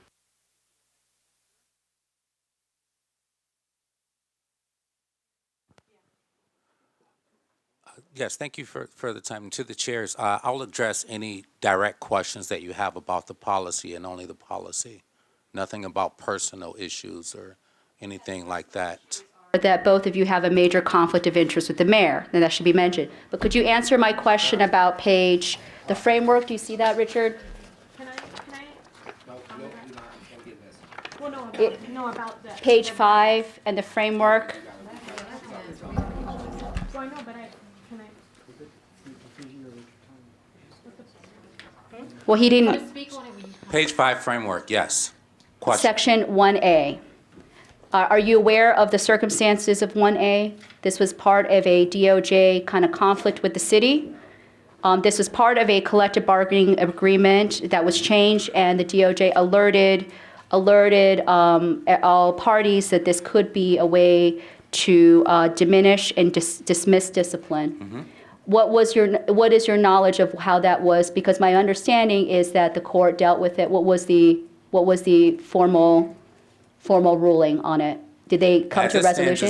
As it stands, it still remains in the CPPA's and CPPA's and the CPA FOP. And the FOP. So until it's removed by other means outside of what we do here, it shall remain here. Once you guys, if you have any influence to get that change between the private relationship between the CBAs, the unions and the city, then that's one thing. But until now, we have to only do discipline based upon what the union contracts say. Why is that when we have final authority on discipline? We have final authority over the policy Yeah. and the outcome of the discipline. Therefore, this policy was built so that it says very simple terms. If you have this and that, you get this, period. There's no subjectiveness to it. And that's what we were doing here, to take out the subjectiveness of discipline. So I'm not understanding. So the DOJ's concern was that this was that getting this letter of instruction, right? Non-disciplinary letter of reinstruction was a way to escape discipline. Are you saying that the DOJ has not pursued this? We didn't pursue this as a commission because it was conveyed to us that the DOJ would be handling this. Are you aware, and I'm sorry, Mr. C, to May I put you on. respond? Yeah, are you So aware the- of this resolution? Mayor, the non-disciplinary letter of reinstruction is actually built within the first section of Group 1s and non-discipline violations. Do you see non-discipline I understand the violations? nature, I understand that Okay. non-disciplinary letters as restructuring exist. I've No. read about them. No, I'm sorry. Yeah. Right here on page 7, or I think it's 7, where it says violations, it says right here, hey, non-disciplinary violations. So it tells you that there may be some violations that. That's not what my question is. Thank you, Mr. But, no, this is an important issue, so so you that's, can like. so no. No, because this is, there are he's other not commissioners that answering my wanna talk. question at So we'll all. let Mr. It's not Jackson- about the we'll let nature, it's Mr. not about the Jackson fact that finish there his- is, this is one of the most I important understand, GPOs. but What are there's you more than one doing? voice in the room. So It doesn't about one, we're I'm gonna getting a go question, he has to- not answered the question. what we're gonna It is do not is about, we're you're gonna go allowing to- officers to escape Okay, discipline. we understand your point. Escape any, like, it Commissioner affects the Benito. disciplinary so I files, it wanna explains all the address entire discipline I wanna address system. Part 1A from the framework to explain it so that everybody understands what this section is saying. This section is saying that in the current CBA, which Commissioner Wong is correct, that there has been some back and forth between the DOJ and the city. However, the CBA is still intact. And if the CBA changes, then we can address it at that time. But just to even make clear what we are fighting about right now, what this says is if, and this is what is in the CBA, and it is quoted, so it is clear that this is coming from the CBA, is that if there is an investigation that is either an internal investigation or coming from OPS, that was, and during that investigation, they found, let's say that there was an investigation for a Group 3 violation. I'm going to randomly choose one of the Group 3 violations, which would be, wrong part. So one of the, I'm going to random, just for the sake of being able to explain this as clearly as possible, one of the Group 3 violations, I'm so sorry.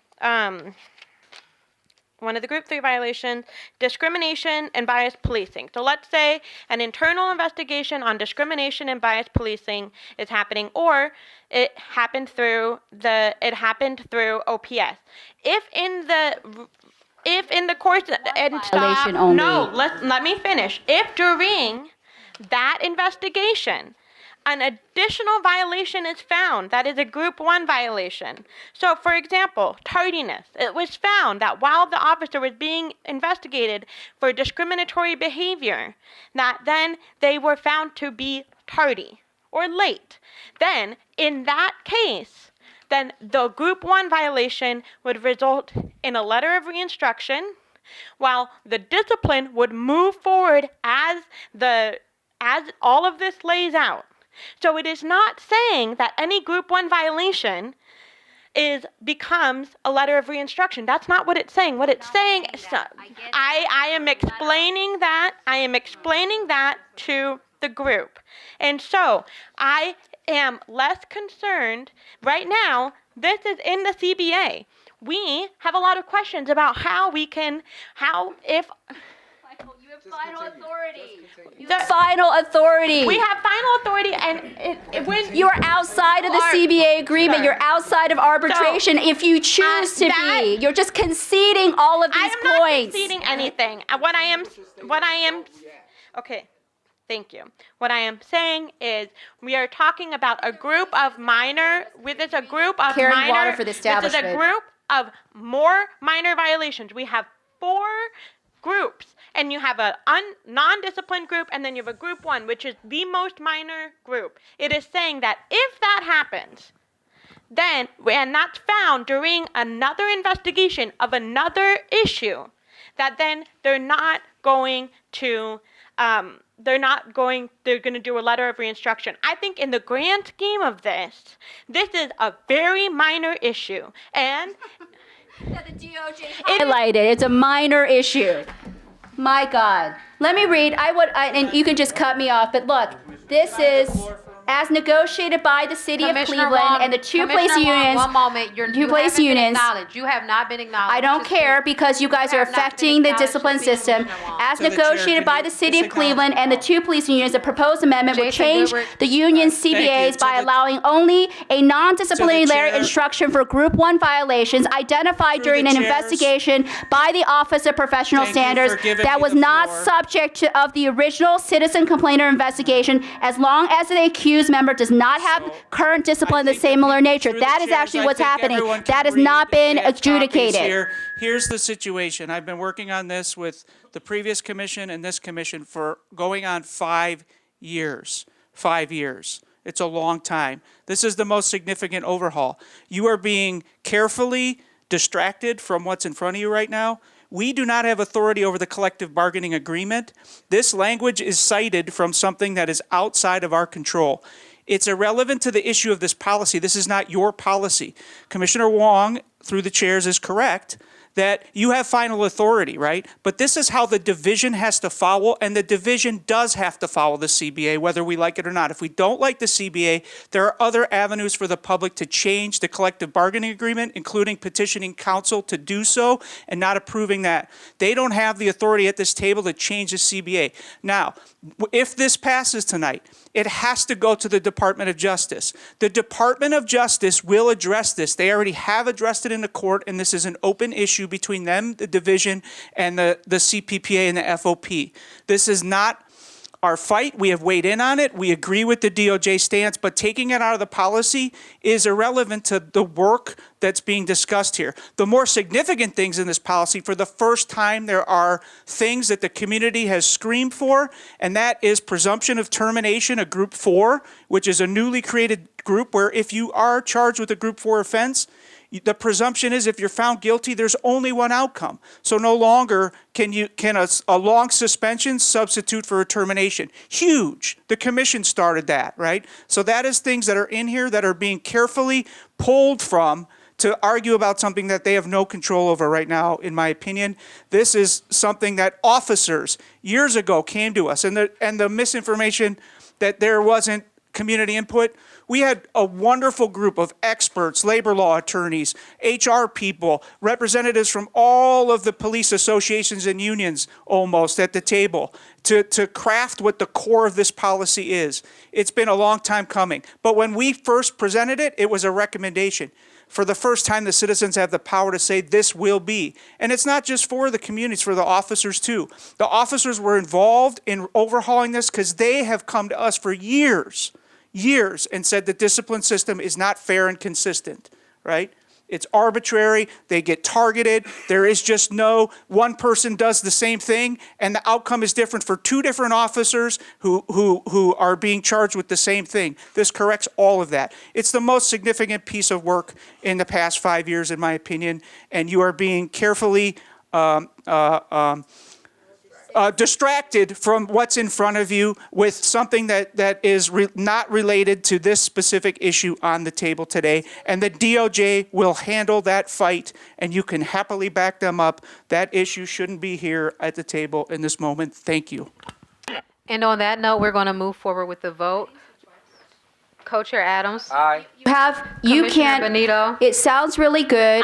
It sounds really good. Commissioner Chura. To have an officer fired, but without the arbitration system, without understanding what is necessary, they're just going to reverse it. Kennedy. Aye. Commissioner Reed. So it is completely a con to the community that there is going to be better discipline of officers, even fairer discipline of officers. I'm going to abstain because I wasn't able to review it. So it's nothing towards you, but thank you for your work on it. Thank you. Commissioner Van Leer. Aye. Commissioner Wong. No. And I vote yes. It passes. Thank you for your work, Pete. Commissioner Chura and I Thank worked you. on it for 4 years. And thank you, Caleb Pinkett, and Richard Jackson, the previous. Give me a break. Two people that have personal conflicts of interest with the mayor and the FOP representative worked on this. Great. So we're going to move on to the next item of business, which is the training report with Commissioner Donaldson. Hello, everyone. So I sent out trainings last week. There's actually 6 different items. So just to give you a brief kind of summary, A majority of this is really just review.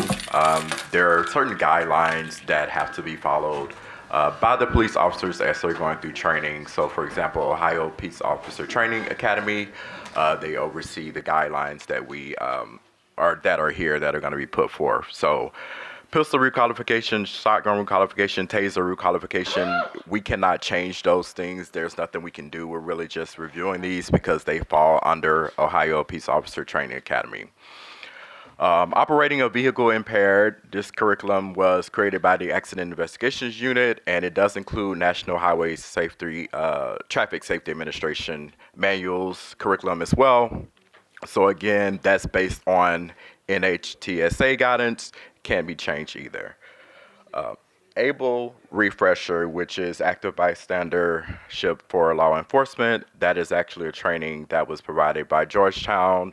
The one that I presented you all with is an updated version of it. The CDP can present supplemental training towards that if needed, but it's been utilized for the past 2 years, and like I said, the most updated version was attached. Bias-free. So that was a policy that was put together. It's actually a new training. So this one is meant to supplement the online bias-free policing training module that's already in existence. But this one is specifically for supervisors. So these were all presented to you all. Like I said, I sent it to everyone last Wednesday. Yeah, so I am going to put a motion up to approve these trainings and move them forward. Second. Is there any discussion? Okay. So let's move forward to approve all of these trainings. Thank you for your work, Chair Donaldson, on this, and everyone in the Police Training Committee. Co-Chair Adams? Aye. Commissioner Benito? Aye. Commissioner Chura? Aye. Commissioner Donaldson? Aye. Commissioner Early? Aye. Commissioner Kennedy? Aye. Commissioner Reeves? Aye. Commissioner Rodriguez? Aye. Commissioner Van Leer? Yes. And I vote yes. Passes. Thank you very much. Yeah, we do have time. We don't have anything else on the agenda, so we have time for additional public comment if anyone would like to say anything.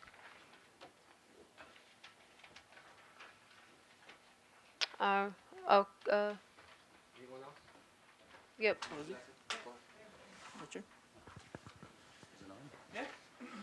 Good evening. I really want to thank you all for your vote tonight.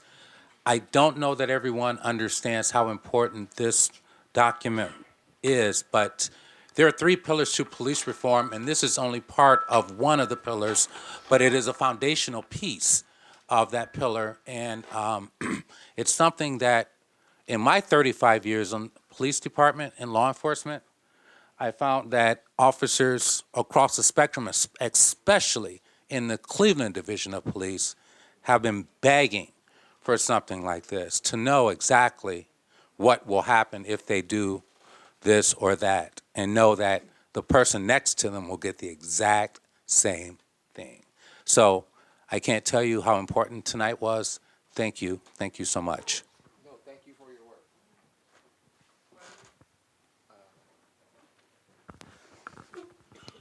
Hi, Rosie Palfy again. I want to thank you all for your hard work. I want to thank the community members, retired Sergeant Richard Jackson, Kayla Pincus. I'm really grateful for the community members that are here, but some of us have been doing this since 2015. Okay, we saw the old commission. We've seen the new commission, and it's just really hard when people come on board 18 months in and don't see all the work that was happening earlier.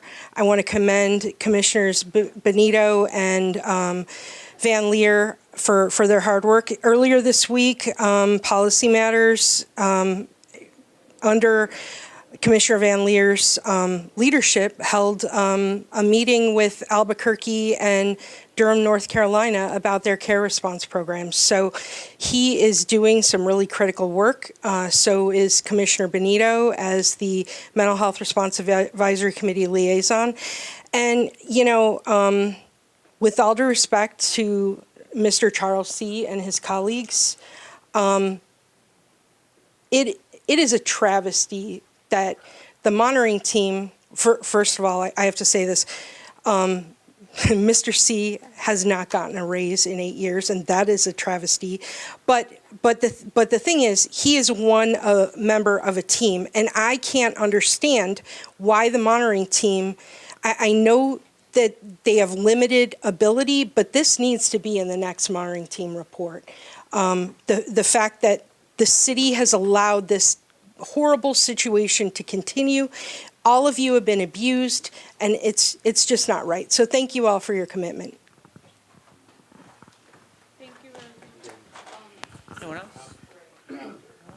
Should have mentioned the DOJ. I've never seen that.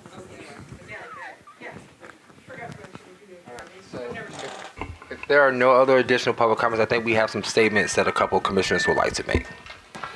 Thank you, Chair Adams. This is my last commission meeting. My term is up on December 8th. And despite what many people have said about internal fighting and the relationships within the commission, it's been an absolute pleasure and an honor to work with the vast majority of the Cleveland Police Commission. So don't let that sort of misunderstanding that's out in the ether fool you about the people that are sitting here at this table. And I'm still obviously deeply committed to this cause, also in many other ways. And I'm happy to be supportive of this work moving forward. I'm really excited to see what the new batch of commissioners are going to do. And I'm here, just holler at me if I can be supportive. Thank you. Thank you so much. Commissioner Reeves? Yeah, Commissioner Kennedy kind of stole a little bit of my thunder. But this is also my last commissioner meeting, and I was so honored and humbled when I was selected to be on this commission. I believe this commission is very, very important to this city, and I hope nobody gets discouraged by some of our actions here, and understand that we need this, and it needs to be supported. We were the first, so it's going to be tough. You put 13 strangers together, and you get some conflict, but it's not like nothing got done. So I just want to say thank you all. I appreciated this opportunity, and I'm still going to be involved. I'll be coming to meetings in the future, and I'm still at your service. We appreciate that, guys. Thank you so much. And with that, we're going to end that on, Charles. Yes, so this is also my final meeting as well, and what I will say is that when I joined this commission, I joined it because I wanted to be a part of something that was bigger than I am, right? I wanted to feel like I made a difference. I had some involvement in what was happening and what's still happening in the world as it relates to police enforcement, community engagement, those type of things. So it hasn't always been a pleasure being here in this seat, but what I will say is that I have always strived myself on presenting my character as I am and who I am, and I never wanted to change, who I am as a person just because I'm on this commission. I know people have said, like, he's really quiet, he doesn't talk much. Well, it's because that's just how I am. I observe, I do work behind the scenes, I have conversations with people, and that's what I did. I feel like every one of you I have talked to on a personal level, and that's the one thing I'll say.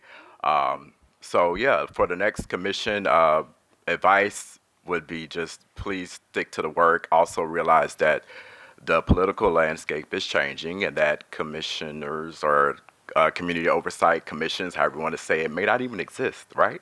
So we have to take advantage of what we have now, and we have to make sure that the work we're doing is beneficial, that it's bridging the gap, and that we move forward. I will be around. I wish Lou was here. Lou would always say, like, you don't have to be on a commission. You can find other ways to be involved. And so I took that to heart because she said it all the time. And so I will be involved. I will find other ways to, get out there and do the work and support however I can. But thank you all for everyone. Thanks for everything. Thank you, Charles. Commissioner Donaldson, I think everyone agrees when we say you definitely have achieved your goal of making your mark on police reform and community engagement. So thank you for your work. I was just so anxious for us to get out of here.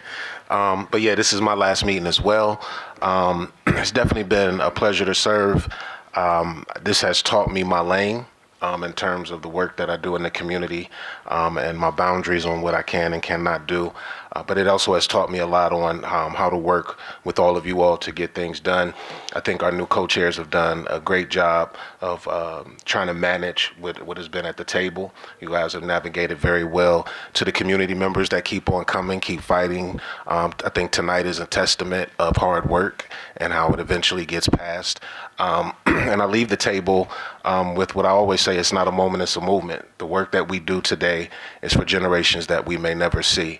It's never about one person, it's a collective thought, a collective work, and I'm grateful for the opportunity to serve and also grateful for the opportunity to be moving on. So peace and blessings to all of you. All right, so I think it would be Am I not allowed to well, speak? it would So be well to end this meeting on a good note. Are Thank you very much so for you're your not allowing- service. No, I'm Meeting sorry. adjourned.